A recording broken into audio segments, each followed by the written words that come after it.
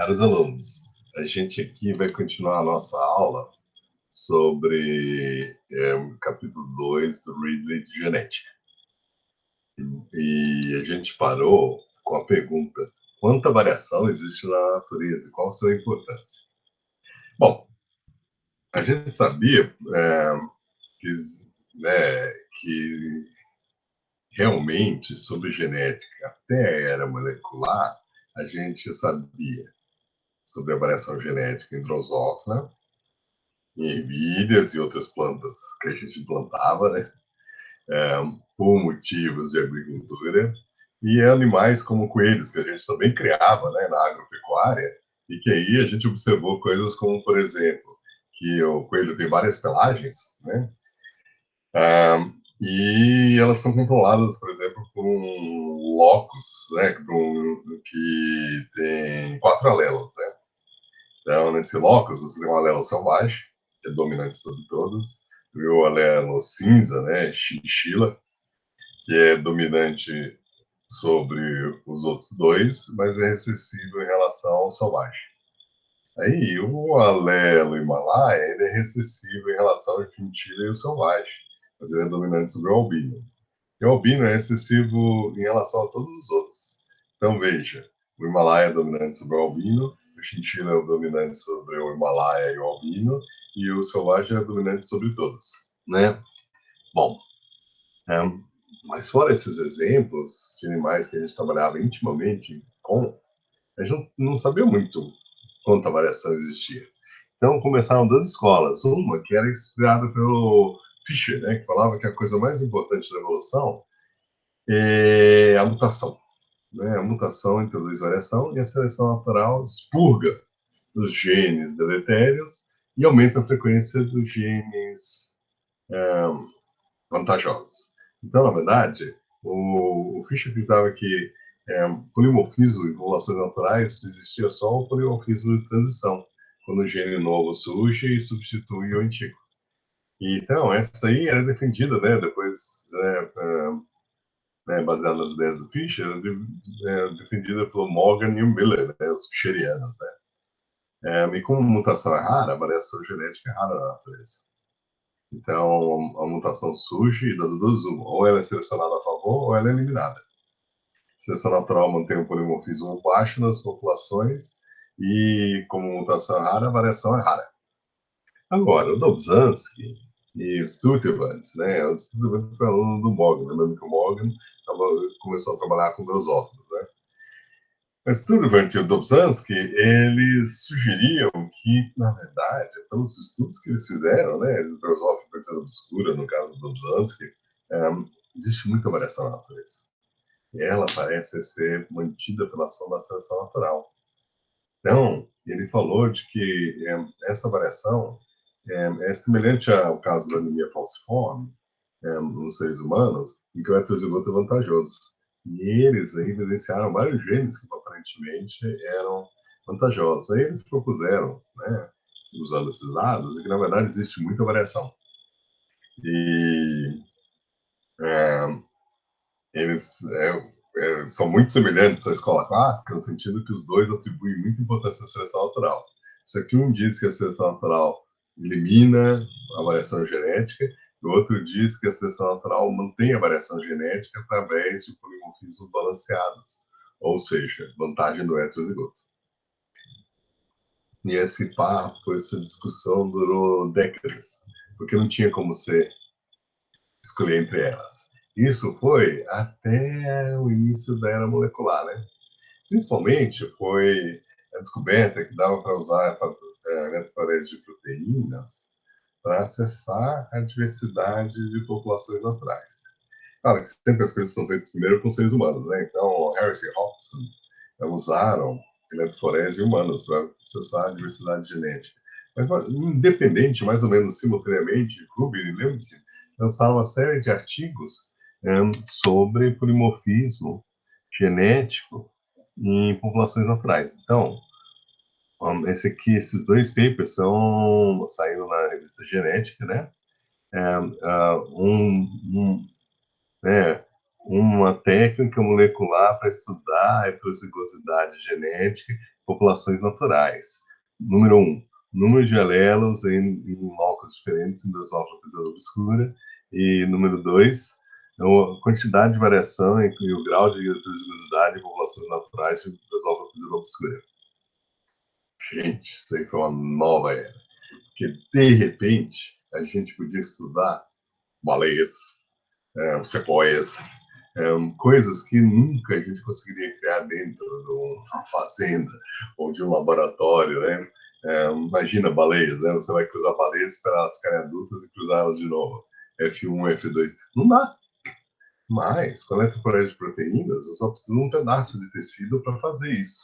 Você pode tirar de carcaça, por exemplo. Então, aí, o que aconteceu? Todo mundo saiu vendo quanto, entre 1966 e 1986, foi uma explosão de estudos. Pois a técnica em si é simples, né? Você faz um gel de amido, né? Pode ser de agarose, né? Mas um gel de amido, né? Ou seja, você precisa de amido de batata, né? Aí você pega e aqui você tem uma fonte de energia, né? Eletricidade. E aqui você tem os fios, né? E aí você tem um elétrodo negativo e um positivo, né? E aí você tem um gel, né, de amido que você bota no fundo e cobre com uma solução eletrolítica. Então, aí você faz uns pocinhos, né, e bota as amostras. Aí quando você liga a eletricidade, né, as amostras começam a migrar dentro do gel, né? E aí você tem um polimorfismo que é dado pela velocidade de migração dos alelos diferentes de um dado locus. Então, aqui a gente tem um caso, né, clássico aqui, que é de um gene que é associado à resistência ao HIV. E é uma proteína na superfície da célula, né? E no tipo selvagem, você tem esses dois pedaços de 332, né, pares de base e 403. Só que o delta 32 está faltando 32, nucleotídeos. Então, esse pedaço de proteína é menor. Então, aqui você tem um homozigoto selvagem, aqui você tem o homozigoto recessivo, e aqui você tem um heterozigoto, que tem os dois. Então, você se identifica o heterozigoto porque ele tem os dois tipos de proteína. E imagina, você pode fazer aquele de Harvard um monte de espécies, com um monte de genes diferentes. E aí o que aconteceu? Começou um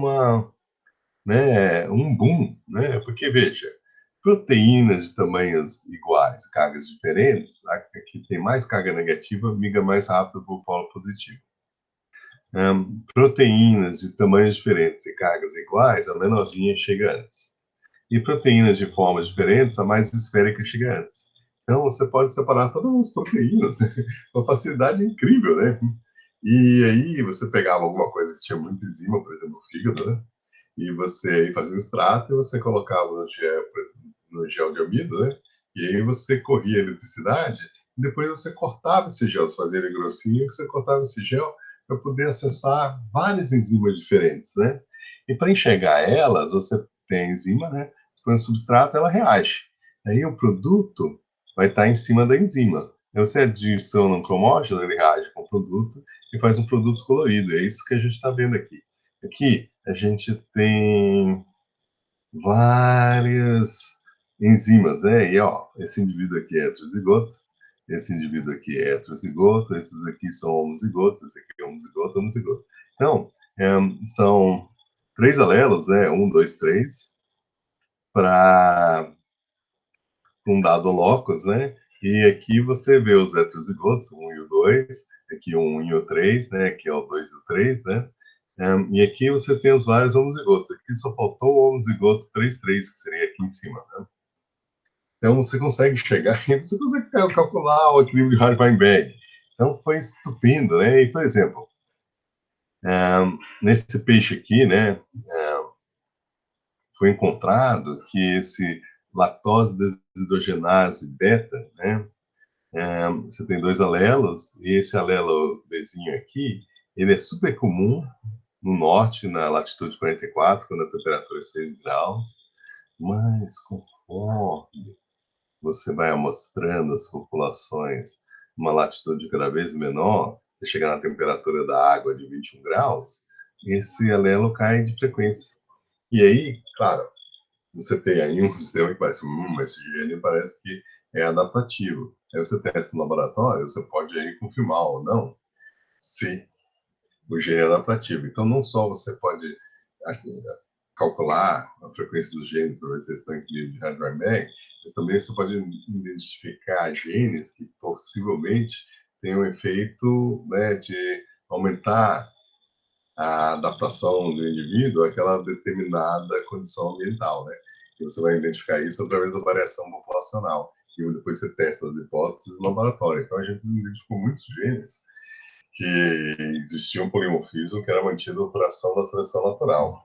E existe uma enorme quantidade de genes que aparentemente são neutros. Você não parece que a variação deles na população é um acaso. Então, a gente achou casos de seleção e casos de deriva genética, né? Então, essa era do find them and grind them. Ache eles e esmague eles.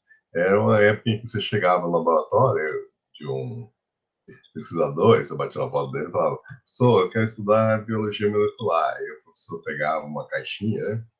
A gente dava e falava, tá bom, então você vai fazer a sua tese baseada nessas amostras de tecido, né? Então, os laboratórios mandavam gente para o mato e eles, olha, nossa, que bonitinho, um monte de passarinho, né? Matava a população, né? Aí fazia isso ao longo do transecto, né?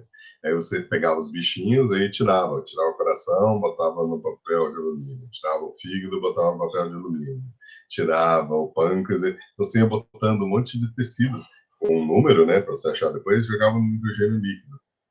Aí depois, quando você voltava para o laboratório, você analisava esse tecido é, e você botava tudo numa caixinha e ficava esperando um aluno aparecer para fazer mestrado, doutorado, aí você dava aquela caixinha para ele ou ela, né? E eles iam fazer, né, o estudo e publicar um artigo sobre os organismos mais diversos, baleias, sequoias, né, abelhas, vermes, o que foi, né? Bom, aí, em 1994, né, ou seja, né, aos 28 anos depois do artigo ser publicado, eu fui publicar um artigo, né, em que juntava os dados de 648 vertebrados, 370 invertebrados e 785 espécies de plantas. E a conclusão, existe muita diversidade genética na natureza. Isso aí é da heterozigosidade, né? Então, quantos locos são heterozigotos? Enquanto que muitos locos não são heterozigotos, então aqui se tem heterozigosidade, aqui é a frequência na população. Então, muitos locos invertebrados e plantas são, a maioria deles são heterozigotos. E a heterozigosidade é alta, né? Então, a heterozigosidade média em vertebrados, invertebrados e plantas, todas excedem mais de 10% dos locos, né? Quer dizer, isso é incrível. Isso aí é uma heterozigosidade que destruiu por completo a hipótese de que você tem pouca variação da escola clássica. E foi mais do que o pessoal esperava, né? Da escola balanceada, né?